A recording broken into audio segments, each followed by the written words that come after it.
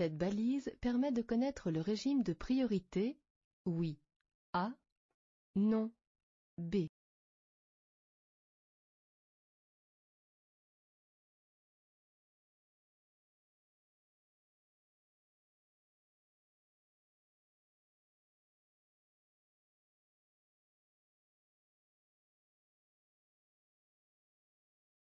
Cette balise est une borne qui permet de me repérer.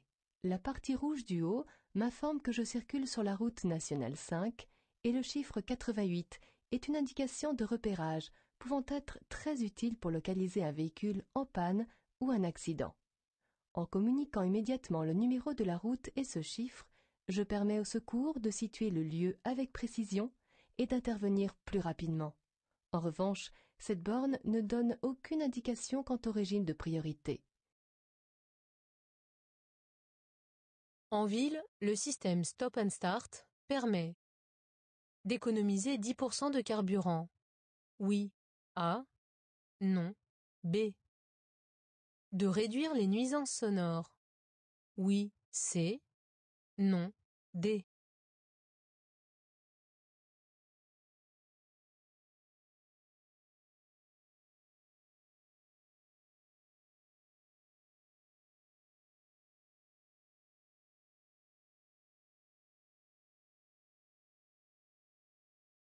Le système Stop and Start coupe automatiquement le moteur quand le véhicule est arrêté, avec le levier de vitesse au point mort.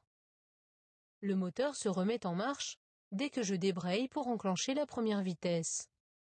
Ce dispositif permet d'économiser 10% de carburant et de réduire la pollution. Le moteur étant coupé à l'arrêt, il réduit également les nuisances sonores. Faire le tour de la voiture avant de monter est utile, uniquement si le véhicule est ancien, A, ou même si le véhicule est neuf, B.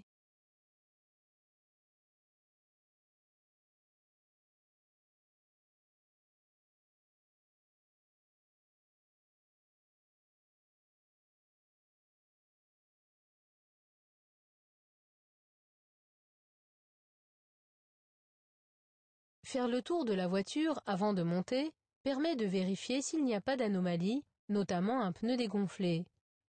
Mais ce tour d'inspection permet aussi de vérifier s'il n'y a pas un élément, un animal ou bien un enfant caché dans un angle mort et donc invisible depuis l'intérieur de la voiture. En conversation téléphonique avec les secours, suite à un accident, je viens de leur apporter toutes les informations utiles. Je raccroche immédiatement.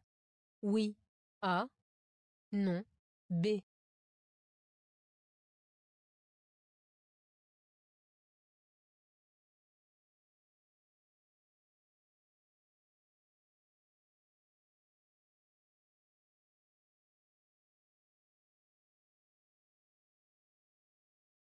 Pour intervenir efficacement, les secours doivent recueillir le maximum d'informations sur le lieu de l'accident, les véhicules impliqués, le nombre et l'état des victimes. N'étant pas tout à fait certain de leur avoir signalé tous les détails importants, je ne dois surtout pas raccrocher, car mon interlocuteur pourrait avoir des questions à me poser. Il est utile de rappeler que la personne qui reçoit les appels ne fait pas partie de l'équipe qui se déplace pour intervenir sur les lieux de l'accident. Les conducteurs débutants sont plus sensibles aux effets de l'alcool. Oui, A. Non, B. Fatigue plus vite. Oui, C. Non, D.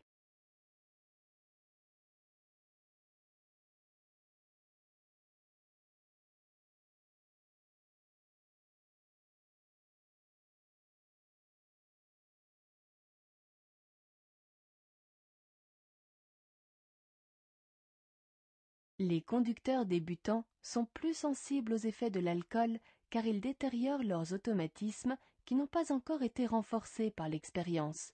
Ils fatiguent également plus vite parce que les perceptions et les gestes, devenus automatiques chez les conducteurs expérimentés, nécessitent un effort et une attention plus soutenue de la part d'un conducteur débutant.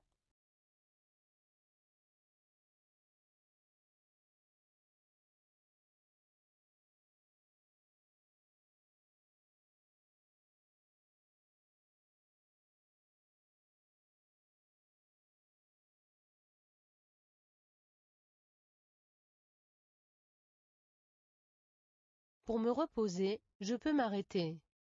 En 1, oui, A, non, B. En 2, oui, C, non, D.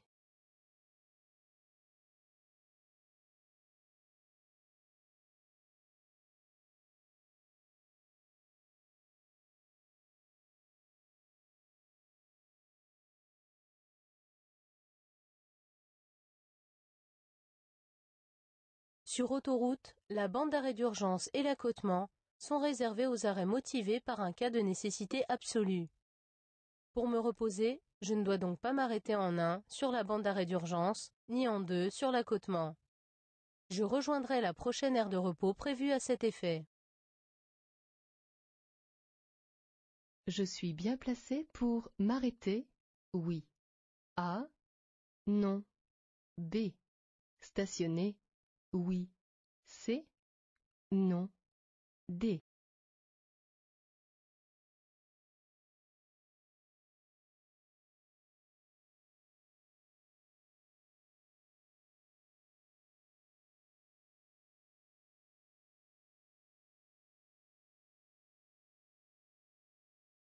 À proximité d'un sommet de côte, le stationnement et l'arrêt sont dangereux s'ils obligent d'autres usagers à se déporter à gauche.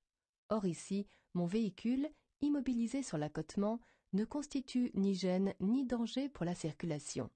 Je suis donc bien placé pour m'arrêter ou stationner. Ce tramway est arrêté. Je peux le dépasser. Oui, A, non, B.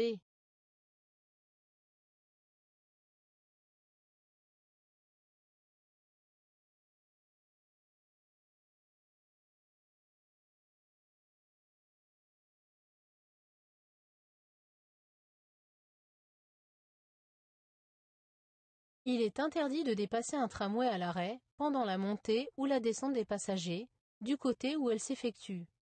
Ici, ce n'est pas le cas, car les passagers montent et descendent du côté gauche. Je peux donc dépasser le tramway. Je dois toutefois ralentir, car des piétons peuvent surgir de l'autre côté, masqués par le tramway ou la camionnette. Je ralentis. Oui. A. Non. B. Je cède le passage. Oui. C. Non. D.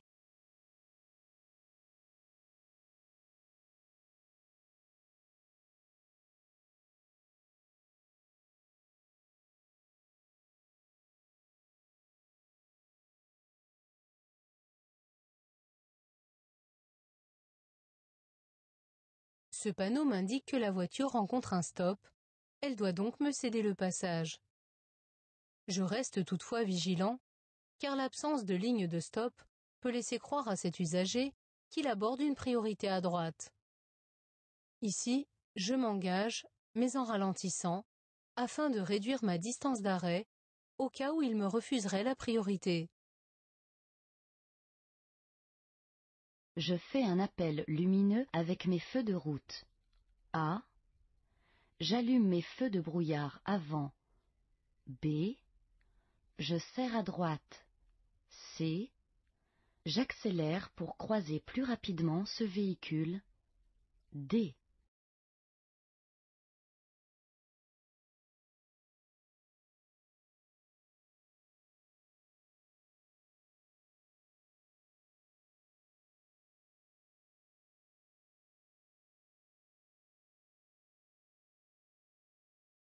Vous êtes ébloui par les feux de route du véhicule que vous allez croiser. Pour inviter son conducteur à repasser en feu de croisement, vous pouvez faire un bref appel lumineux avec vos feux de route. Allumer vos feux de brouillard avant ne servirait à rien, sinon à l'éblouir. Sur cette chaussée étroite, vous devez serrer à droite pour le croiser.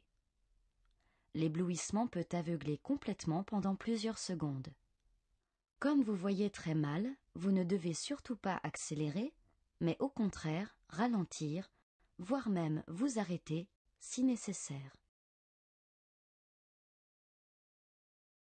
L'intervalle de sécurité que je laisse derrière cette voiture est suffisant? Oui. A. Non. B.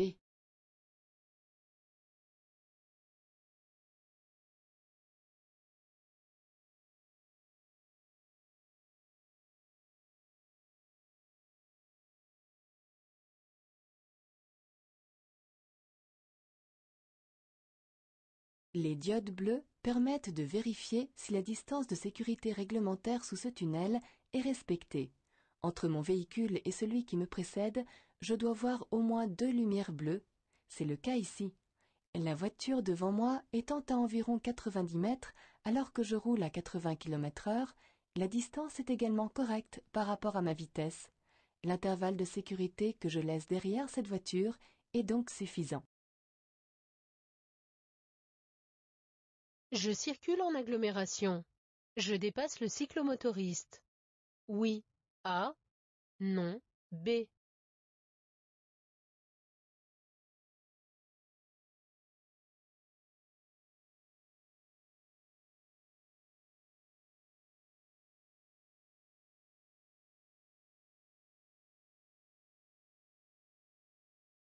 Ce cyclomotoriste transporte un passager, ce qui rend son véhicule plus instable. Il risque dans ce cas de faire un écart latéral important. De plus, la présence du trottoir devant lui va l'obliger à se déporter sur la gauche. Je dois donc m'abstenir de dépasser. La faible largeur de la voie ne me permettra pas de laisser l'espace latéral minimum d'1 mètre.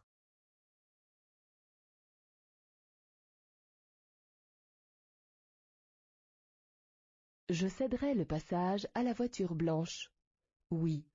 A. Non. B.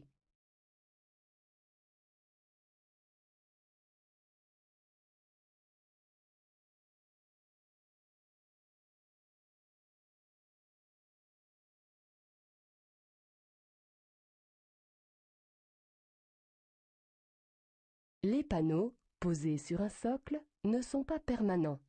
Ici, la signalisation temporaire m'oblige à contourner le rond-point par la droite et à céder le passage. Je laisserai passer la voiture blanche qui vient de gauche.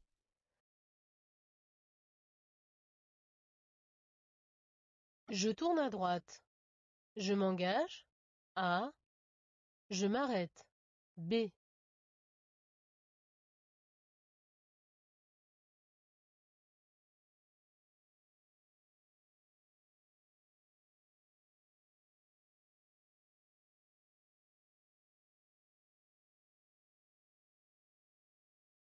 La ligne discontinue m'informe que je rencontre un cédé-le-passage. La voiture qui tourne à sa droite ne croisera pas ma trajectoire. Mais un motocycliste arrive derrière elle. Il a allumé son clignotant gauche pour signaler son intention de la dépasser. Je dois donc m'arrêter pour lui céder le passage.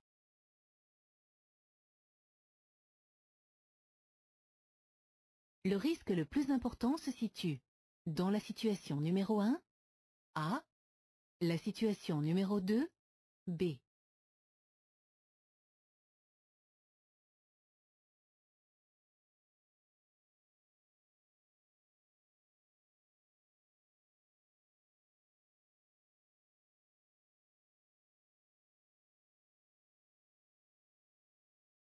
Dans la situation numéro 2, le piéton qui est arrêté me regarde.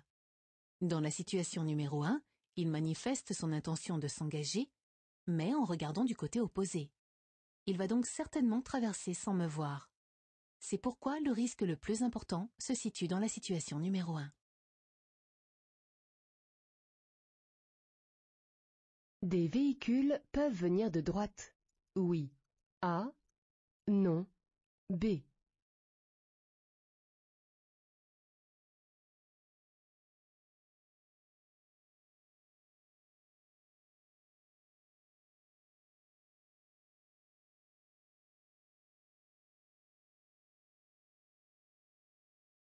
Le signal sens interdit n'est pas implanté à l'entrée des routes dont l'accès est interdit, mais à sens unique. Des véhicules peuvent emprunter cette rue dans l'autre sens et donc venir de droite. Les feux d'angle permettent d'être bien visibles de jour. Oui. A. Non. B. De mieux éclairer dans les virages. Oui. C. Non. D.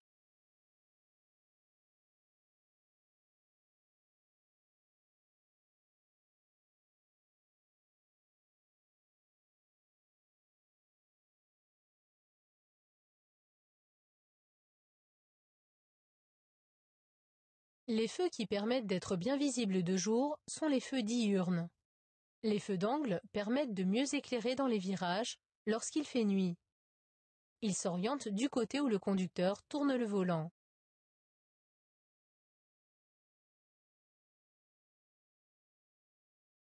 L'annulation du permis de conduire peut être prononcée en cas de délit de fuite, A.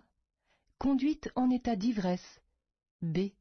Défaut d'assurance, C. Refus d'obéissance à un agent, D.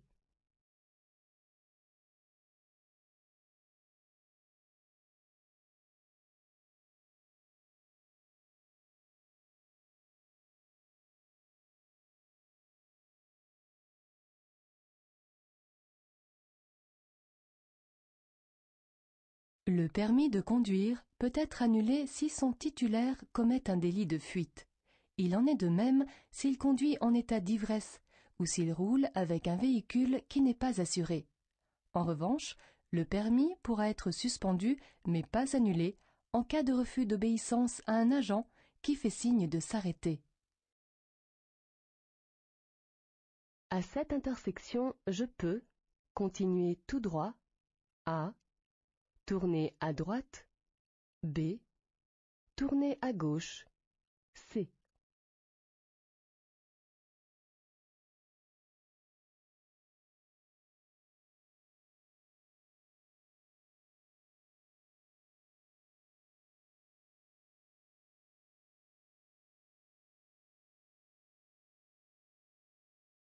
Le signal, placé sur le support du feu, m'oblige à continuer tout droit à cette intersection. Je ne peux donc pas tourner à droite ni à gauche. La position de la ceinture de sécurité de cette conductrice risque d'aggraver ses blessures en cas de choc. Oui. A. Non. B.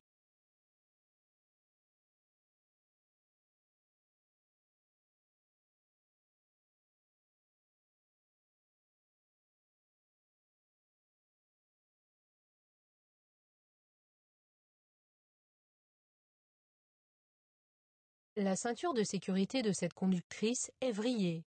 En cas de choc, elle peut devenir coupante, ce qui aggraverait ses blessures. Elle doit donc ajuster sa ceinture de façon à ce qu'elle soit bien à plat, sans pliure. Je peux m'engager immédiatement. Si je vais tout droit, oui, A, non, B. Si je tourne à droite, oui, C, non, D.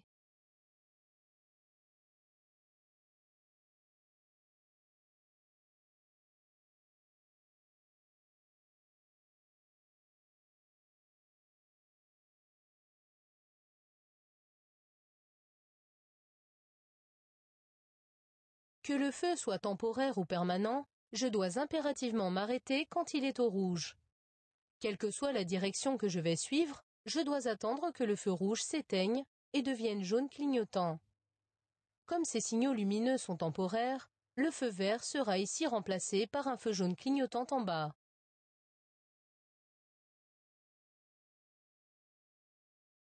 Je peux circuler en feu de position, A.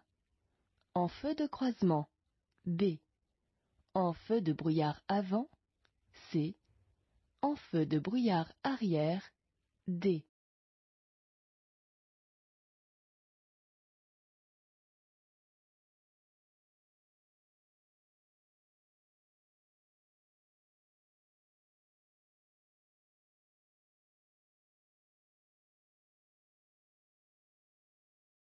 Par temps de pluie, la visibilité est réduite. Pour être bien vu, l'usage des seuls feux de position ne suffit pas. Vous devez circuler en feu de croisement. Comme la pluie est forte, Si vous possédez des feux de brouillard à l'avant, vous pouvez les utiliser pour compléter ou remplacer les feux de croisement. En revanche, vous ne pouvez pas utiliser vos feux arrière de brouillard. Ils ne serviraient à rien et éblouiraient les usagers qui vous suivent. Je ralentis. Oui. A. Non. B. Je me déporte à gauche. Oui. C. Non. D.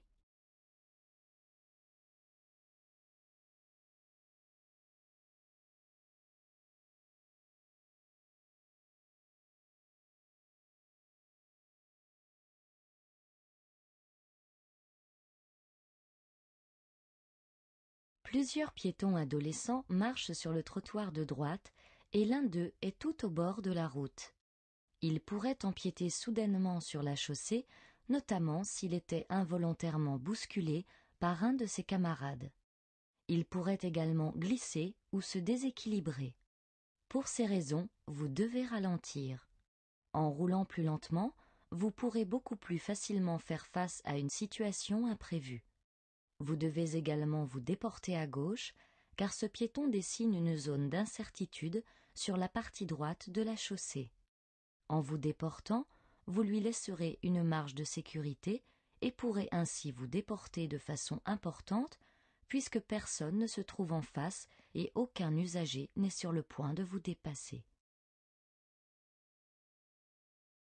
Le long du trottoir, avant le panneau « Je peux » m'arrêter? Oui.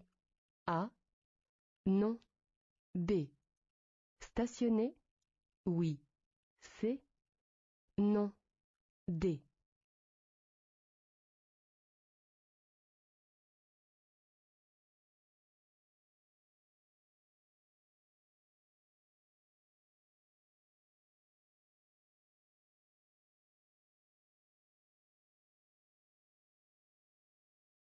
Le panneau, complété par les panonceaux, ne me concerne pas. Il interdit le stationnement des véhicules de transport de marchandises à partir de l'endroit où il est implanté. Mais, avant ce panneau, une ligne jaune en forme de zigzag marque l'emplacement d'un arrêt d'autobus. Je n'ai donc pas le droit de m'y arrêter ni d'y stationner. Je circule sur la bande d'arrêt d'urgence, A. Une voie pour véhicules lents, B.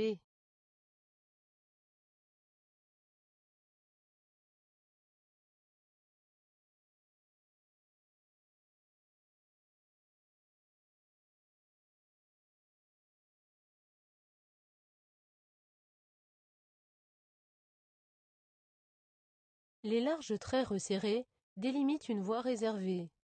Ici, il s'agit d'une voie réservée aux véhicules lents, c'est-à-dire à ceux qui ne roulent pas à plus de 60 km/h dans cette section.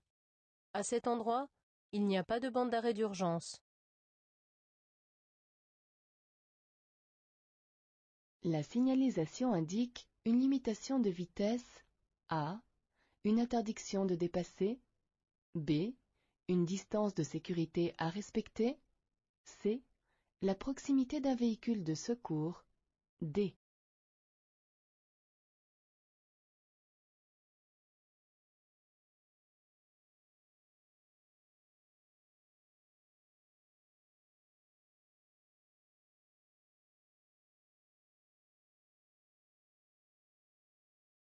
Le panneau lumineux indique une limitation de vitesse à 70 km/h. La double ligne continue interdit de dépasser et les diodes bleues constituent des points de repère pour la distance de sécurité que je dois respecter. Aucun gyrophare bleu n'apparaît pour signaler la présence d'un véhicule de secours. La surconsommation de carburant liée à la climatisation est plus importante. En agglomération, A. Hors agglomération, B.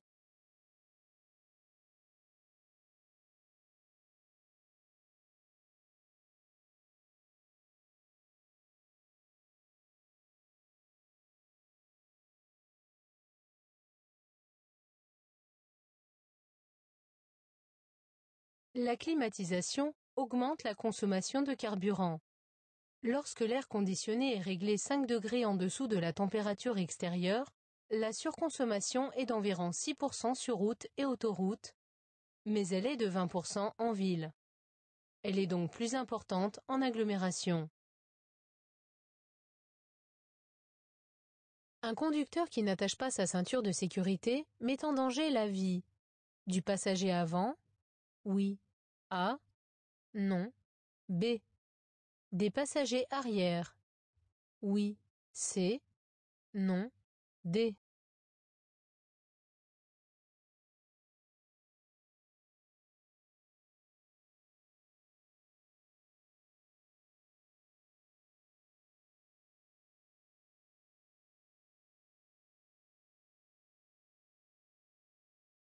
L'occupant d'un véhicule qui n'attache pas sa ceinture de sécurité met en danger non seulement sa propre vie, mais aussi celle des autres occupants du véhicule.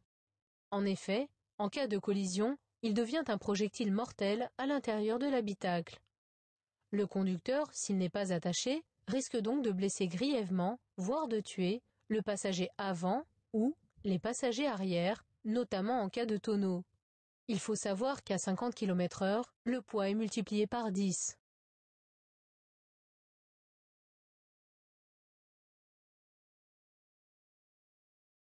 J'accélère, A. Je ralentis, B. Je me rabats entre les deux camions, C. Je continue mon dépassement, D.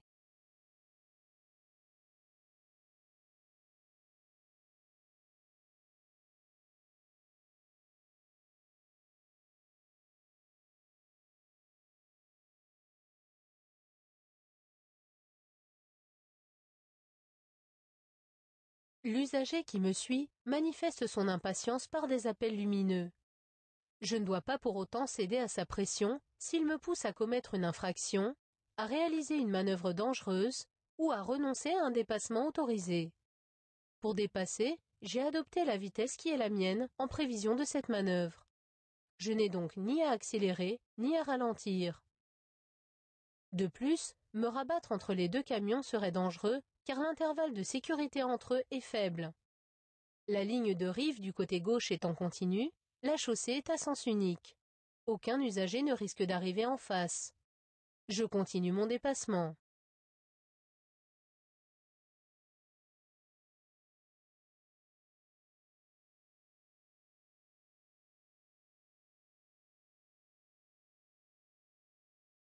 J'accélère.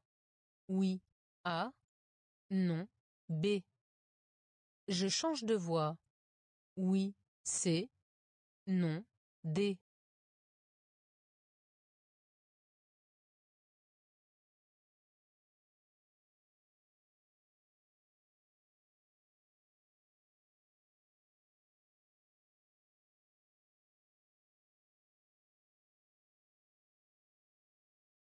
Je circule au début d'une voie d'insertion.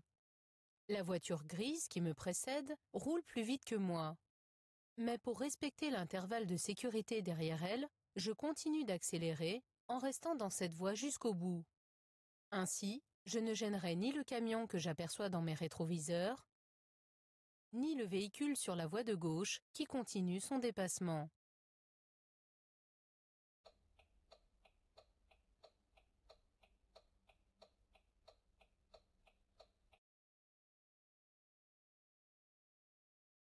J'actionne les feux de brouillard arrière. Oui. A. Non. B.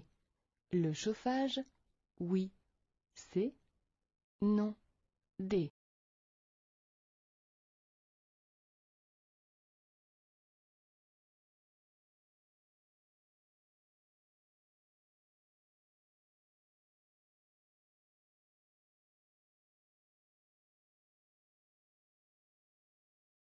Dans ces conditions, je peux actionner les feux de brouillard arrière afin d'être vu le plus tôt possible par les usagers qui me suivent. La buée gêne la visibilité et peut aussi renforcer l'éblouissement dû au soleil. Pour l'évacuer, j'actionne la ventilation et le chauffage afin de faire circuler de l'air chaud. Je peux aussi ouvrir une vitre Une voiture neuve sera soumise à un premier contrôle technique au bout de 5 ans. Oui. A. Non. B. Un contrôle technique périodique tous les 3 ans. Oui. C. Non. D.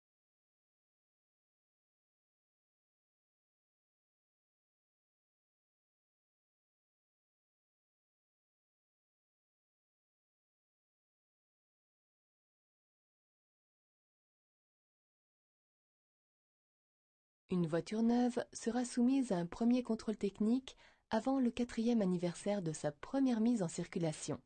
Ensuite, un contrôle technique périodique devra être renouvelé tous les 2 ans.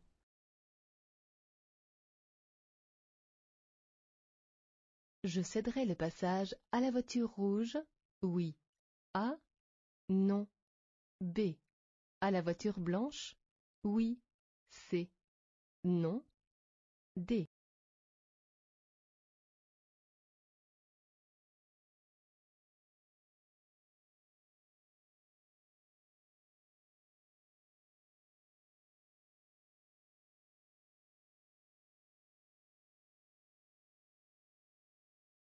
Rencontrant un stop, je dois d'abord marquer un temps d'arrêt. Avant de redémarrer, je céderai le passage à la voiture blanche qui tourne à sa gauche car elle se trouve sur la branche prioritaire. La voiture rouge rencontre aussi un stop, mais comme elle est à ma droite, c'est à moi de la laisser passer. Pour me rendre sur l'aire de repos, je ralentis. Dès maintenant, A. Seulement sur la voie de décélération. B.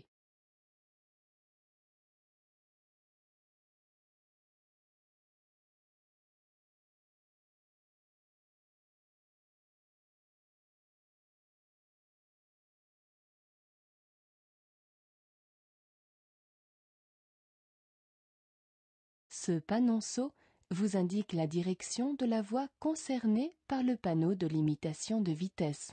En règle générale, pour éviter de gêner les usagers qui vont tout droit, le ralentissement ne se fait que lorsque vous êtes dans la voie de décélération. Mais lorsque, comme ici, cette dernière est trop courte pour effectuer un ralentissement en sécurité, un panneau limite la vitesse. Votre vitesse sera donc limitée à 90 km/h à partir de l'entrée de la voie de décélération. Pour respecter cette limitation, vous devez ralentir dès maintenant de façon progressive afin de ne pas surprendre les usagers qui pourraient vous suivre.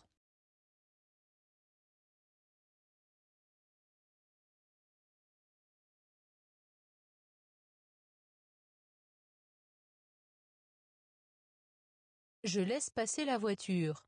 A. Je fais clignoter les feux stop. B.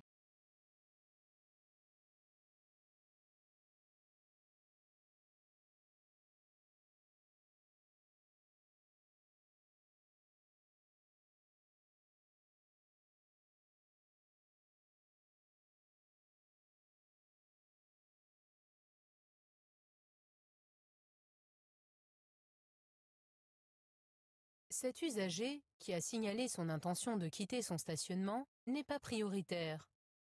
C'est pourquoi je ne le laisse pas passer. Sa zone d'incertitude chevauchant ma surface de contrainte, je fais clignoter les feux stop car un usager me suit de près. Il ne respecte pas un intervalle de sécurité de 2 secondes et risque de me percuter en cas d'arrêt.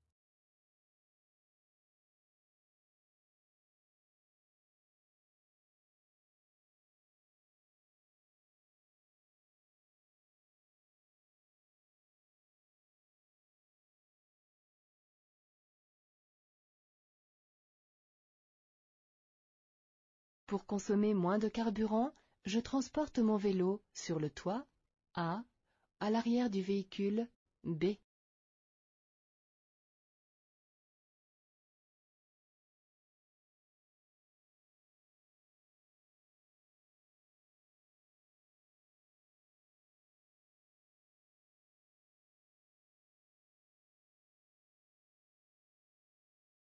Un chargement sur le toit augmente la résistance à l'air qui s'oppose à l'avancement du véhicule, ce qui entraîne une surconsommation de carburant non négligeable.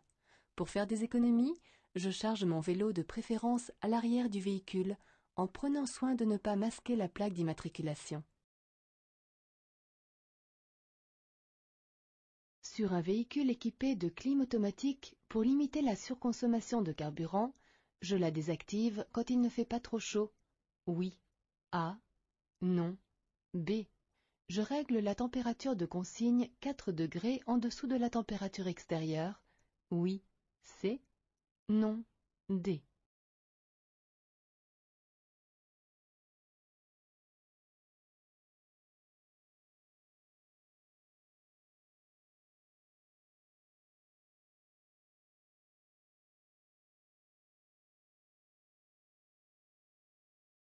L'air conditionné est un gros consommateur de carburant. Pour économiser de l'énergie, je désactive la clim automatique quand il ne fait pas trop chaud, afin qu'elle ne fonctionne pas inutilement. Je limite aussi la surconsommation de carburant en réglant la température de consigne 4 à 5 degrés en dessous de la température extérieure, mais pas plus. Plus l'air conditionné sera froid, plus la consommation et la pollution de l'atmosphère seront importantes. À 150 mètres, je vais aborder une zone qui peut fréquemment être traversée par des chèvres, A, des chevreuils, B, des sangliers, C, des moutons, D.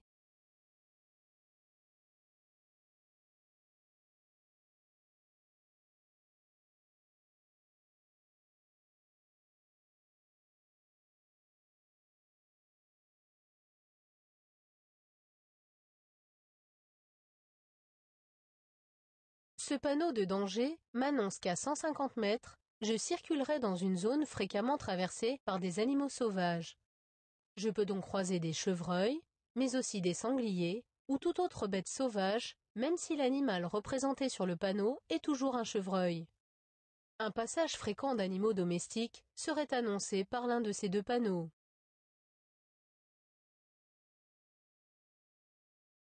Je désire aller à Strasbourg. Je devrais emprunter la voie pour véhicules lents après avoir dépassé les 2 camions. Oui. A. Non. B.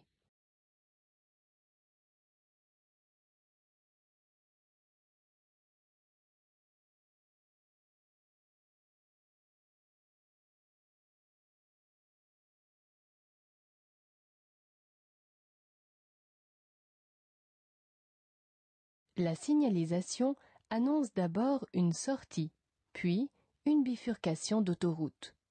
Pour aller à Strasbourg, vous utiliserez la seconde bretelle qui constitue une bifurcation.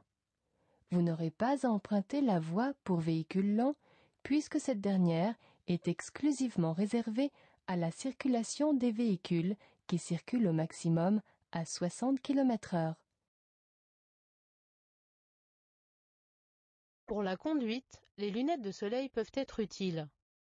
Au crépuscule avec le soleil de face, oui, A, non, B. La nuit, oui, C, non, D.